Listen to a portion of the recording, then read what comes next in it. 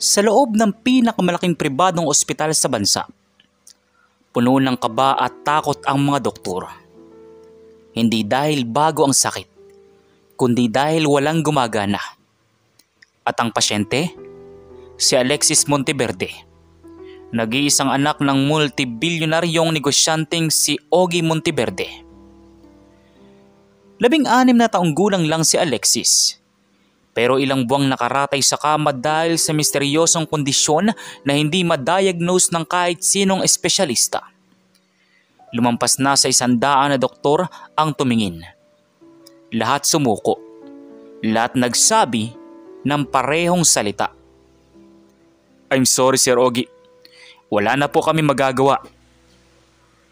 Tahimik ang buong kwarto, maliban sa tunog ng makina na nakakabit kay Alexis. Nakatayo si Ogie sa gilid ng kama. Halatang ilang araw nang hindi natutulog. "Sir Ogie, we have exhausted all tests. Lahat ng treatment na alam namin, nasubukan na," sabi ng isang doktor. "Gawin niyo ang kailangan. Sabihin niyo anong kulang. Bibilin ko, kahit magkano," diretsong sabi ni Ogie. "Sir, hindi po bagay ang pera dito. Hindi po namin alam kung ano ang sakit." Lumapit si Dr. Tu at nag-abot ng papel. Parang summary ng lahat ng ginawa nila. Nakasulat doon na mahigit 50 klaseng test, procedures, gamot. Lahat may isang salitang katabi: failed. Si Ogie, nasanay sa tagumpay at lakas, ngayon ay parang batang nawalan ng magulang, hindi niya alam ang gagawin. "Alexis, anak ko, magising ka naman," pabulong na sabi ni Ogie sa kanyang anak. Pero hindi gumalaw si Alexis. Hindi rin nagbago ang tibok ng puso sa machine. Mabagal, lumalaban, pero humihina. Sa gitna ng kaba, biglang bumukas ang sliding door ng ospital. Pumasok ang nurse, pero may kasunod siyang hindi dapat nandoon. Isang payat, madungis at mukhang gutom na batang lalaki. Mga 12 taon ng edad. Nakashort na butas-butas at maruming t-shirt. Si Brian, isang batang pulubi. Nagulat ang gwardya pero huli na. Nakatayo na si Brian sa mismong harap ni Ogie. "Hoy bata! Bawal dito! Labas!" sigaw ng gwardya. Pero hindi gumalaw si Brian. Nakatingin lang siya sa natutulog na si Alexis. Gustong paalisin ng lahat ang bata. Pero bago pa sila makalapit, nagsalita si Brian. Kalma pero diretso. "Kaya ko po siyang pagalingin," mahinang sabi ni Brian pero tiyak. Dahil doon ay lumingon ang mga doktor. Natawa ang iba. Napakunot noo si Ogie. At ang gwardya, halos silahin na si Brian palabas. Pero bago pa siya mahawakan, nagsalita ulit ang bata. Mas diretso, parang alam niya ang hindi alam ng lahat. "Basic lang po yan sa akin," sabi ni Brian. "Anong sinasabi mo? Huwag ka magbiro dito bata. Buhay ng tawang nakataya," sabi ng pangalawang doktor. "Kaya ron niyang pagalingin. Mukha ngang kawawa, tapos magdadiagnose?" May halong pangutya naman ng sabing pangatlong doktor. "Anak, bawal dito. Hindi ka pwedeng pumasok sa private floor." Mahinahong tono pero nagtataboy na sabi ng isang nurse. Lumapit siya sa kama ni Alexis. Hindi siya natatakot kahit pinagtitinginan siya. Hindi rin siya nangingimi kay Ogie, nakilala bilang isa sa pinakamakapangyarihang tao sa bansa. "Sir, kung papayag po kayo, kaya ko siyang gisingin. Kaya ko pong alisin ang sakit niya." May kumpiyansang nakatingin si Brian kay Ogie habang sinasabi. Dahil doon nagulat si Ogie. Sanay siyang tumanggap ng mga pangako mula sa pinakamagagaling na doktor, scientists at researchers. Pero isang bata, isang pulubi, nakapasok sa pinaka-secured na ospital. Hindi niya alam kung magagalit siya o matatawa. At ano naman ang alam mo sa sakit ng anak ko? Ha? Malamig na boses na sabi ni Ogie. Lahat? Simpleng sagot naman ni Brian. Umangat ang ulo ng ilang doktor, kahit sila nainis. Sir Ogie, sabihin niyo na po sa security. Delikado to. Hindi natin alam kung anong pakay. Madumi pa buong katawan ng bata. Paano magpapagaling? Kami nga, hindi namin kinaya. Tapos siya, ano magagawa niya? Habang nagsasalita ang lahat, hindi natitinag si Brian. Matatag ang kanyang tingin. Walang yabang, walang takot. Parang alam niya ang hindi dapat niya malaman. At si Ogie, damang-dama ang desperasyon. Kung tutuusin, bakit ba hindi? Kung wala ng pag-asa, bakit hindi subukan ng isang bagay na kahit gaano ka-absurd? Bata, anong pangalan mo? Sabi ni Ogie. Brian po. At bakit mo sinasabing kaya mo siyang pagalingin? Kasi kita ko po ang dahilan. Kita ko po sa katawan niya. At alam ko po paano tanggalin. Lumapit si Nurse Liza upang itaboy sana ang bata, pero biglang, yung oxygen saturation niya bababa sa 79 sa loob ng 2 minuto. Kung di aayusin yung settings, mali po ang calibration. Napatingin ang mga doktor sa monitor. Stable pa. Pero tama ang binanggit ng bata. Kung magpapatuloy ang current cycle ng machine, may mangyayaring drop. Mabilis na nag-input si Dr. Juan ng adjustments. At oo, tama ang bata. May calibration issue na hindi nila nakita. Dahil doon ay nagkatingin ng mga doktor kung paano nalaman ng batang pulubi ang error na yon. Walang may sagot. Walang nais maniwala, pero totoo ang sinabi ng bata. Paano mo nalaman yon? Nagugulo ang tanong ng unang doktor. Kita ko po agad. Kalmang sabi ni Brian. Hindi na ito katulad ng kanina. Hindi na ito basta biro. Hindi na rin ito kabaliwan. Ang batang pulubi may alam. At ngayon, hindi na niya ito basta paaalisin. Brian, kung totoo ang sinasabi mo, sabihin mo ngayon, ano ang sakit ng anak ko? Tanong ni Ogie. Hindi po siya may sakit, sir. Mahinang sabi ni Brian. Hindi po sakit ang problema ni Alexis, kundi isang bagay na nasa loob ng katawan niya na hindi niyo makikita sa kahit anong machine. Ano na naman yan? Wala nang sense ang sinasabi ng batang to. Pagsingit naman ng isang doktor. Pero hindi nila alam, ito ang simula ng hindi malilimutang pangyayari. At alam ng lahat, may kakaiba sa batang ito.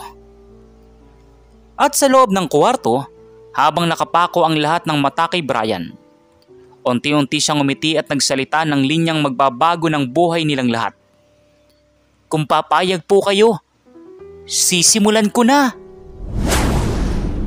Tahimik ang buong kwarto. Parang minto ang oras sa mismong sandaling sinabi ni Brian na hindi sakit ang problema ni Alexis. Hindi makapaniwala ang mga doktor. Si Ogie nakatitig lang sa bata. Halata ang pagkalito pero may bahid ng pag-asa. Naglakad si Brian papunta sa gilid ng kama ni Alexis. Tahimik lang ang lahat. Pero halatang pinipigilan ng mga doktor ang sarili na hindi sumigaw o tumawa sa kawalan ng lohika ng bata. Sir Ogie, hindi ito tama. Wala sa medical protocol ang ganito. Tumahimik kayo. Pakinggan natin. Nagulat ang mga doktor. First time nilang makita ang bilyonaryo na sumunod sa isang bata kaysa sa kanila. Sir Ogie, sa loob ng katawan ni Alexis, may nakadikit sa nervous system niya. Parang sumisip-sip ng lakas. Parang anino. Ano raw? Anino? Bata, hospital ito. Hindi kami manghuhula. Hindi nyo makikita kasi hindi to physical na bagay. Hindi rin sakit. Isa itong energy na nakakapit. Paano mo alam? Tanong ni Ogie. Kasi po, nakikita ko. Hindi na nagsalita ang mga doktor. Hindi dahil naniniwala sila, kundi dahil hindi nila alam kung paano haharapin ang sinasabi ng bata. Pero si Ogie, iba ang pakiramdam. Ang desperasyon niya ay mas malakas kaysa sa pagdududa. Brian, kung totoo yan, anong gagawin mo? Kailangan ko pong hawakan ng dibdib niya at kailangan pong walang hahadlang. Dito na naging tensyonado ang mga doktor. Hindi lang delikado, posibleng makasama pa sa pasyente. Pero bago pa sila magsalita, naunahan sila ni Ogie. Kung may kahit anong masamang mangyari kay Alexis, ako mismo ang hahawak sa'yo. Alam mo ba yun, Brian? Alam ko po, sir. Pero hindi po mangyayari yun. Humakbang si Ogie at kinawayan ang guard para lumabas muna. Humupa ang ingay. Dalawa na lang ang tunog sa kwarto. Ang beeping ng machine at ang malalim na paghinga ni Ogie. Sige Brian, gawin mo. Kung mapapagaling mo anak ko. Maya-maya pa ay lumapit si Brian sa kama. Inangat niya ang kamay niya. Maliit, manipis, at parang walang lakas. Pero iba ang presensya ng bata. Tahimik pero mabigat. Biglang nag-blink ang heart monitor. Mula sa steady na linya, agad ito nagkaroon ng spikes. Napaatras ang isang nurse. Sir, nag-iiba ang heart rate. Sir Ogie, ihinto natin ito. Delikado. Walang gagalaw. Malakas ang boses na sigaw ni Ogie. Tumigil ang lahat. Si Ogie lang ang lumapit sa tabi ni Brian. Lumilipat na po siya. Tumitibok na mas mabilis kasi lumalaban siya. Kalmadong sabi ni Brian habang nakapikit. Si Brian huminga ng malalim. At biglang para bang may malamig na hangin na dumaan sa kwarto. Kahit sarado ang lahat ng bintana. Lumutang ang mga balahibo sa braso ng nurse. Ang mga doktor napaatras ng hindi sinasadya. At si Brian parang may hinahawakan sa loob ng dibdib ni Alexis na hindi nakikita ng iba. Ayos ka lang, Alexis? Kaya mo to. Pabulong na sabi ni Brian. Sir Ogie, ano tong nakikita natin? Hindi ito normal. Nanginginig ang boses na sabi ng doktor. Hindi sobrang liwanag na nakakasakit sa mata. Pero sapat para makita na may kakaibang enerhiya sa palad ng bata. Para bang may mainit na alon na lumalabas mula sa palad ni Brian papunta sa katawan ni Alexis. Andito siya. Nakadikit sa spinal cord. Pero kaya ko to. Ilang sandali pang lumipas, mas lalo pang lumala ang monitor. Heart rate 139. Blood pressure mabilis na tumataas. Oxygen level nagpa-fluctuate. Sir, kailangan na natin i-stabilize si Alexis, sabi ng nurse. Manahimik kayong lahat. Sundin natin ang bata. Matigas na sigaw ni Ogie. Hindi makapaniwala ang lahat na isang bilyonaryo ang sumusunod sa batang pulubi. Pero nakita nila mukha ni Brian. Seryoso, punong-puno ng focus. Parang may ginagawang komplikadong operasyon na hindi kailangan ng scalpel. Ayan na siya! Kumakalas na! Biglang nag-vibrate ang makina. Naglabasa ng alert sounds. Tumigil sa paghinga si Alexis sa loob ng 2 segundo. Lahat ay napasigaw. Heart rate! Dropping! Hindi na ito normal! Sigaw ng isang doktor. Pero tumaas ulit ang heart rate. At hindi lang basta bumalik, kundi lumakas. Heart rate 92, 98, 104, 110. Steady, malakas. Ayan, lumaya na siya! Nakangiting sabi ni Brian. Nangihina siya. Parang nauubusan ng lakas. Pero hindi siya bumitaw hanggat hindi siya sigurado. Tapos na po. Wala na siyang kinakapitan na masama. Pagkatapos noon, bumagsak si Brian sa sahig. Mabilis na nilapitan ng mga nurse pero hawak ni Ogie ang kamay niya. Brian, hoy, bata, ayos ka lang? Nag-aalalang tanong ni Ogie. Opo, kailangan ko lang po ng konting pahinga. Nangihinang sabi ni Brian. At sa unang pagkakataon, matapos ang napakaraming buwan, kumurap si Alexis. Isang mabagal na pagkurap, pero malinaw. Daddy? Mahinang bulong ni Alexis. Ang mga doktor na kanina'y nagdududa, biglang napatigil. Ang nurse natakpan ng bibig, at si Ogie, hindi niya napigilan ang luwa. Inakbayan niya ang anak. Anak, gising ka na! Tuwang-tuwa na sabi ni Ogie. Nakaupo sa sahig ang bata. Pagod, pero nakangiti. Brian, ano ka ba? Mahinang tanong ni Ogie. Hindi po mahalaga yun, sir. Ang mahalaga, buhay na po si Alexis. At iyon ang gabing hindi makakalimutan ng buong ospital. Isang misteryosong batang pulubi ang gumawa ng bagay na hindi nagawa ng 100 doktor. Pero hindi pa tapos dito ang lahat. Dahil kahit gumising na si Alexis, may mas malalim na dahilan kung bakit nakita ni Brian ang totoong sakit nito. Mabilis kumalat sa buong ospital ang balita. Nagising na si Alexis Monteverde. Isang batang pulubi ang nagpagaling. Hindi makapaniwala ang staff, lalo na mga doktor. Habang abala sila sa pagbe-verify ng medical readings, si Ogie naman ay nakaupo sa tabi ni Brian na nakahiga sa isang maliit na hospital bed. Pagod pero maayos. Sa kabilang banda, si Alexis ay fully conscious na. Mahinang mahina pero malinaw ang mata. Umupo si Ogie sa gilid ng kama ni Brian. Kita sa mukha niya ang pag-aalala. Pero higit doon ang malaking tanong. Sino talaga ang batang ito? Brian, kailangan kong maintindihan. Anong ginawa mo? Paano mo nagawa yun? Ang anak ko, ilang buwan walang malay. Tapos isang hawak mo lang. Nagising na. Dahan-dahang bumangon si Brian. Kita sa mukha niyang pagod, pero matatag ang boses. Sir Ogie, hindi po ako doktor. Hindi rin po ako espesyalista. Pero meron po akong kakayahang hindi pangkaraniwan. Anong ibig mong sabihin? Huminga ng malalim si Brian bago nagpatuloy.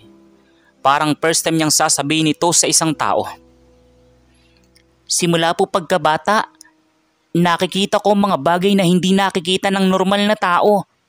Hindi mga multo, hindi mga kaluluwa, pero mga enerhiya sa loob ng katawan ng tao. Napatingin ang mga doktor na nasa labas ng curtain. Hindi sila makapaniwala. Pero hindi rin nila maikakaila ang nangyari. Energies? Hindi kita maintindihan. Parang mga bara. Parang may itim na ulap sa loob ng katawan, sir. Kapag nakita ko, kaya ko pong tanggalin. Pero kapalit nun, nawawalan ako ng lakas. Doon ay naintindihan ni Ogie kung bakit halos himatayin si Brian pagkatapos gamutin si Alexis. Kaya ka nang hina kanina. Opo, kasi malaking energy po ang nakakapit kay Alexis. Matagal na po siyang inaapektuhan noon. Kung hindi ko po tinanggal, baka huli na po ang lahat. Habang nag-uusap silang dalawa ay biglang pumasok si Alexis. Bukas ang pinto. Dahan-dahang naglakad si Alexis. May suporta ng nurse, pero kaya niyang tumayo. Lahat ay napatingin sa kanya. Parang milagro. Brian, salamat. Nakangiting sabi ni Alexis. Hindi nakapagsalita si Brian agad. Para sa isang batang pulubi na madalas hindi pinapansin ng tao, ang marinig ang salitang salamat mula sa taong may kayamanan, may pangalan, may kapangyarihan, ay iba ang dating. Wala yun. Importante lang, buhay ka. Tugon naman ni Brian. Pilit pumasok ang doktor. Dala ang medical chart. Hindi sila kumbinsido. Pero hindi rin nila maipaliwanag ang mga nangyari. Sir Ogie, may kailangan po kayong malaman. Uwi ka ng isang doktor. Ano yun? Wala pong kahit anong trace ng dating kondisyon ni Alexis. Normal lahat. Parang wala siyang sakit kahit kailan. Lahat ay napatingin kay Brian. Kahit anong test gawin namin, MRI, CT scan, blood work, wala kami makitang problema. Hindi po namin alam paano nangyari. Maya-maya ay lumapit si Ogie kay Brian. Umupo sa tabi nito. At doon, sinabi ang isang bagay na ikinabigla ng lahat. Brian, simula ngayon, dito ka titira sa bahay namin. Napatingin si Brian. Biglang lumaki ang kanyang mga mata. Ha? Sir? Hindi po ako pwede. Sanay na po ako sa kalsada. Hindi po ako bagay sa bahay niyo. Huwag mong pagsabihan ang sarili mo ng ganyan. Tinulungan mo ang anak ko. Isang bagay na hindi nagawa ng sino man. Hindi ko hahayaang bumalik ka sa lansangan. Pero bago pa makasagot si Brian, biglang sumingit si Alexis. Dad, tama ka. Gusto ko siya sa bahay. Gusto ko siyang maging kaibigan. Kaibigan? Oo, matagal akong walang kausap habang comatose. Pero naramdaman ko yung boses mo. Parang may humihila sa akin pabalik. And that was you. Dahil doon ay napalingon si Brian at di makapaniwala. Hindi siya sanay na may nagmamahal o kumikilala sa kanya. Lumaki siya sa lansangan. Walang magulang, walang pamilya. Lagi siyang tinataboy. Lagi siyang iniiwasan. At ngayon, dalawang tao. Isang bilyonaryo at ang anak nito. Nag-aalok ng tahanan at pagkakaibigan. Pero, bakit ako? Wala naman akong halaga. Nanginginig na sabi ni Brian. Brian, tandaan mo ito. Ang halaga ng tao, hindi nasusukat sa damit, pera o bahay. Nasusukat yan sa puso. Dahil sa narinig, ay tumulo ang luha ni Brian. Hindi alam ng mga doktor kung bakit. Pero lahat sila natahimik. Naroon ang bigat. Ang kwento ng batang ilang beses nang sinuko ng mundo.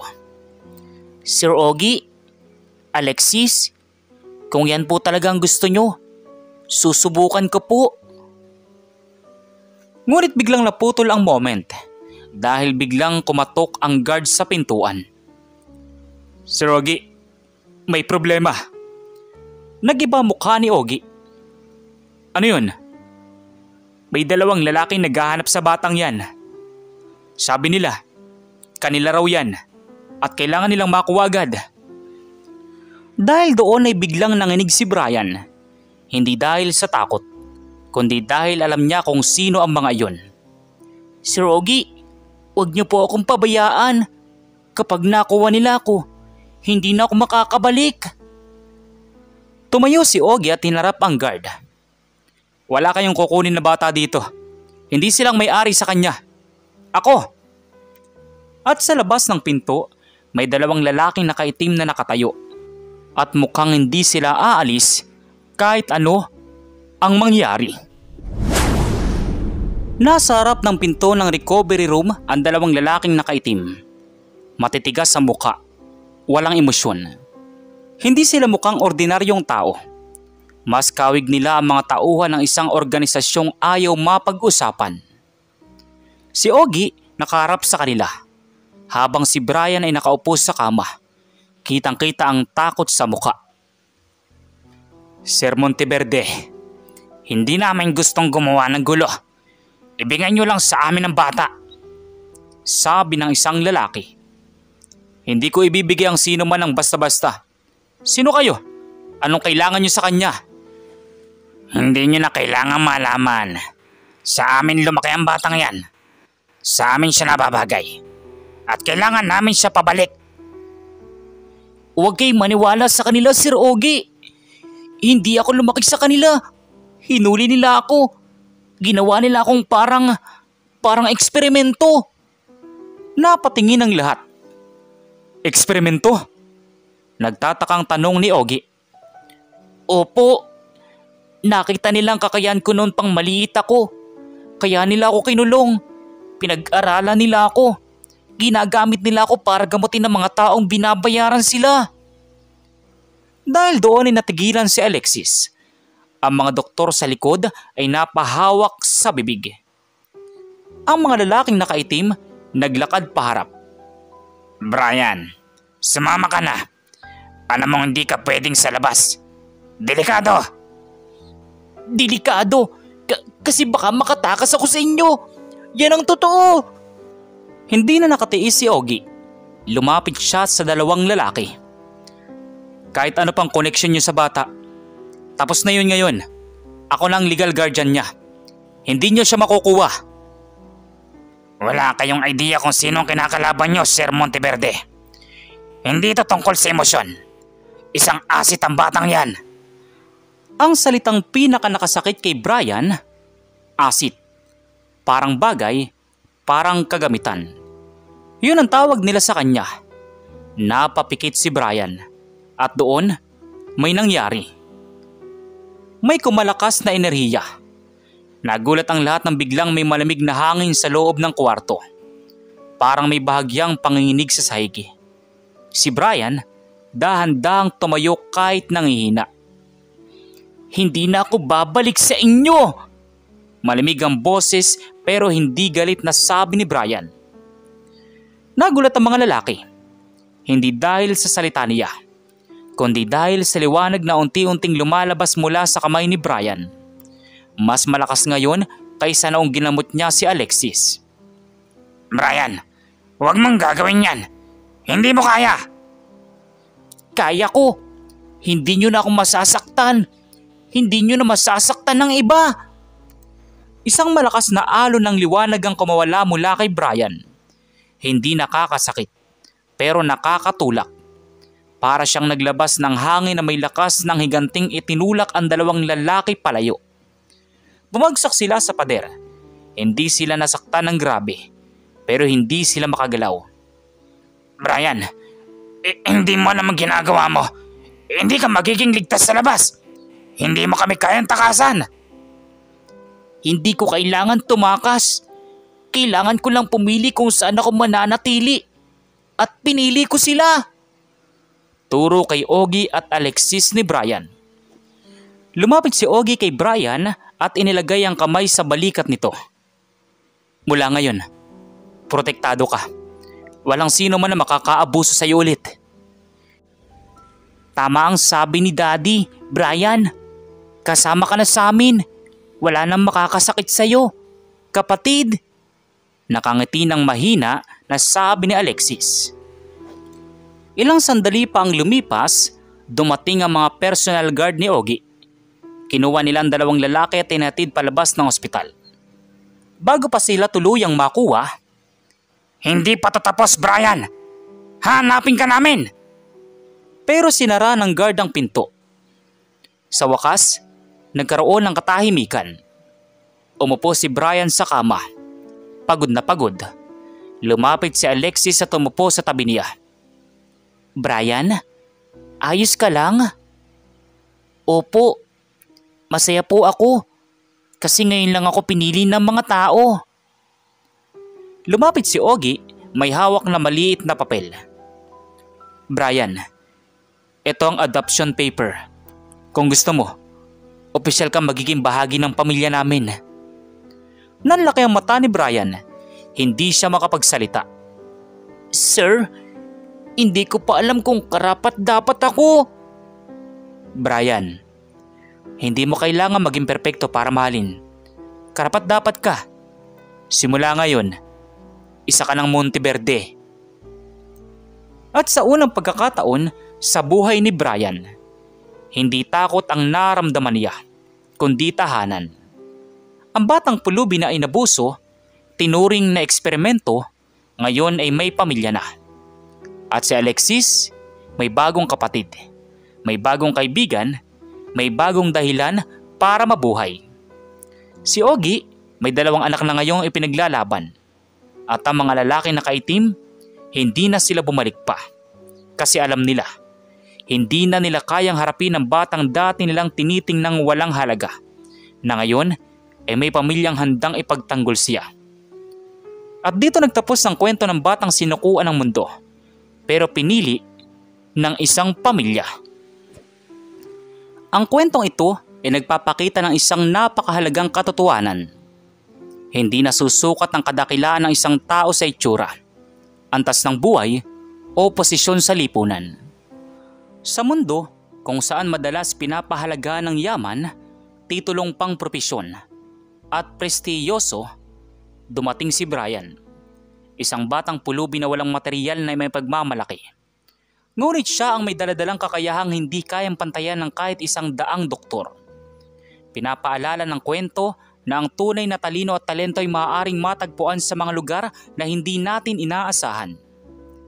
Maraming taong mabilis sumusga. Kapag mukhang mahirap, iniisip agad na walang alam. Kapag bata, inaakala agad na walang kakayahan.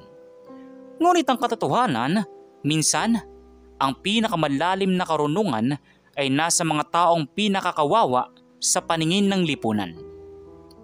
Ipinakita rin ng kwento na ang kabutihan ng puso ay mas makapangyarihan kaysa anumang teknolohiya o siyensya. Ang pagpapagaling ni Brian ay hindi lang tungkol sa kakaibang galing niya, kundi tungkol sa intensyon niyang tumulong kahit wala siyang makukuhang kapalit. Sa panahon ngayon, bihira ang taong handang magbigay ng walang hinihinging kapalit. Kaya't ang simpleng batang pulubi ay nagmistulang pinakamayamang tao sa kwento. Mahalaga rin ang aral na anumang kayamanan o impluwensya ay walang saysay kung hindi mo kayang ipaglaban ang isa't isa. Si Ogie, kahit bilyonaryo, ay walang magawa sa sitwasyon ng anak. Ang sakit na hindi kayang tapatan ng pera ay naresolba lamang ng isang taong may malinis na layunin. Dito natin makikita na may mga bagay sa mundo na hindi nabibili, hindi nakokontrol at hindi nasusuhulan. Sa uli, ang kwento ay paalala na huwag maliitin ang sinuman. Lahat ng tao, mayaman man o mahirap, bata man o matanda, may kakayahang gumawa ng hindi inaasahang kababalaghan. At kadalasan, ang tunay na himala ay nagmumula sa puso. Kayo, ano pong masasabi niyo sa kwento natin ngayong araw? At kung anong mga aral po ang mga natutunan ninyo? Maaari niyo po bang i-comment doon sa baba doon sa comment section para muli ko pong mabasa? So once again, inuulit ko pong muli. Ako po si Tamoxki TV. Kita-kita po tayong muli sa mga susunod pa nating maraming mga video. Thank you and God bless you all. Peace out.